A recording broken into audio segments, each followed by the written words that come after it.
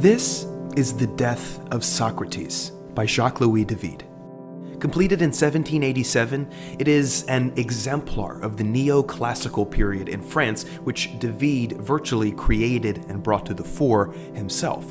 Before I say more, it's important to note just how striking this canvas is, not knowing anything about it. So much jumps out at me right away. The clarity of the scene, the fierce gesture of the man in the middle, the interplay of the chalice and the hand that reaches for it, the angles of the light and the men, the soft draping garments, the bare, flat stone wall.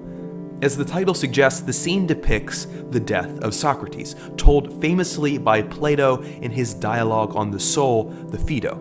Socrates had been convicted in Athenian court of failing to acknowledge the gods of the city and corrupting the city's youth, and sentenced to death by drinking hemlock. As Plato makes clear in another dialogue, the Crito, Socrates could have escaped into exile, but instead he chooses to die, taking the opportunity to teach his final lesson, that death is not to be feared by the philosopher, but embraced as an apotheosis of the soul.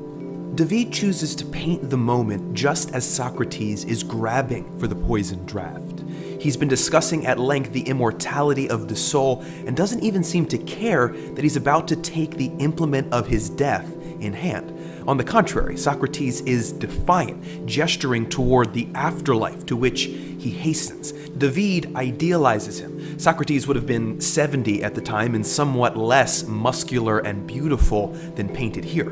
The raking light coming in from the top left pours onto Socrates, the brightest figure in the tableau. The colors, muted at the sides, become vivid in the center with the executioner in red and Socrates in white.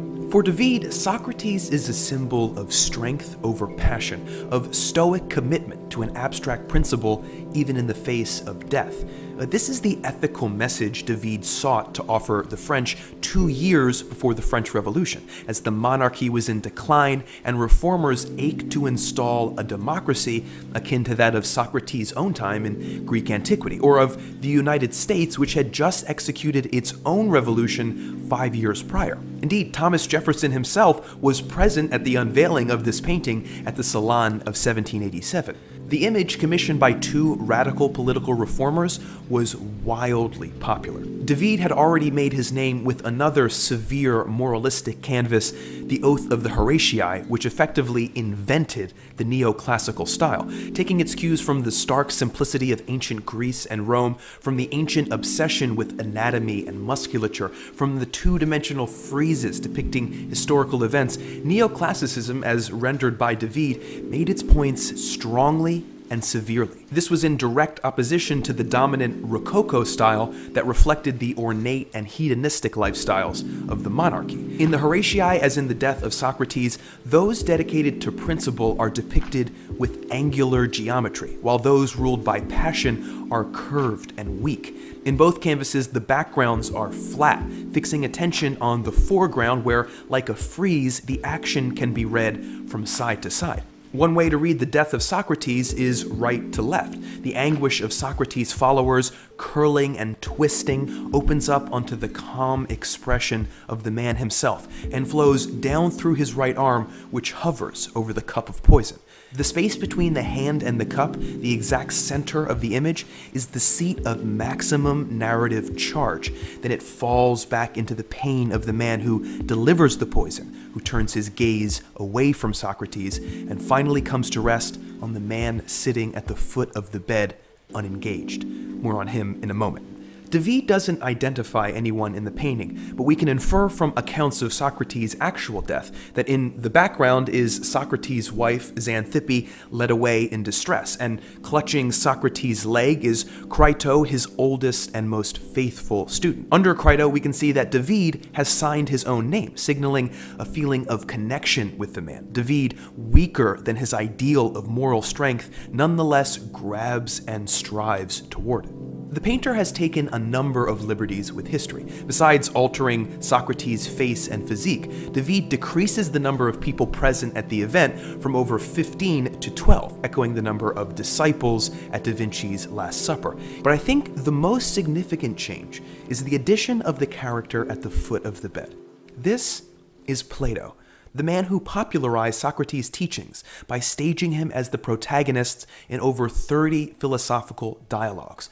Put simply, without Plato, there would be no Socrates. The two men melt into each other historically. It's hard to determine where Socrates' philosophy ends and Plato's begins. Not only was Plato absent at the death of Socrates, but he was a young man at the time. Here, David has him as old and withdrawn.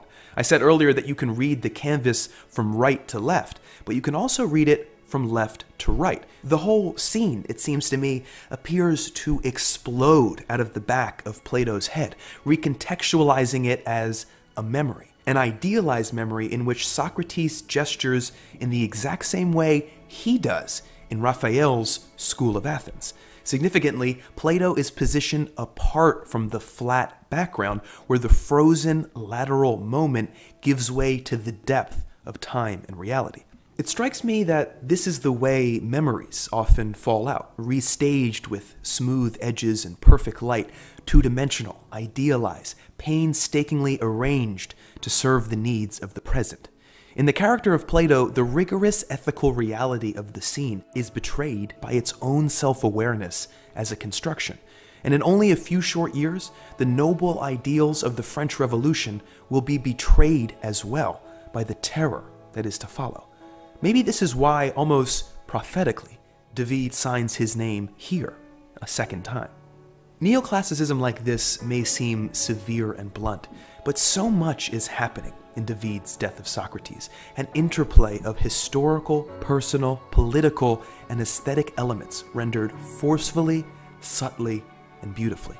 Put another way, it's a work of genius.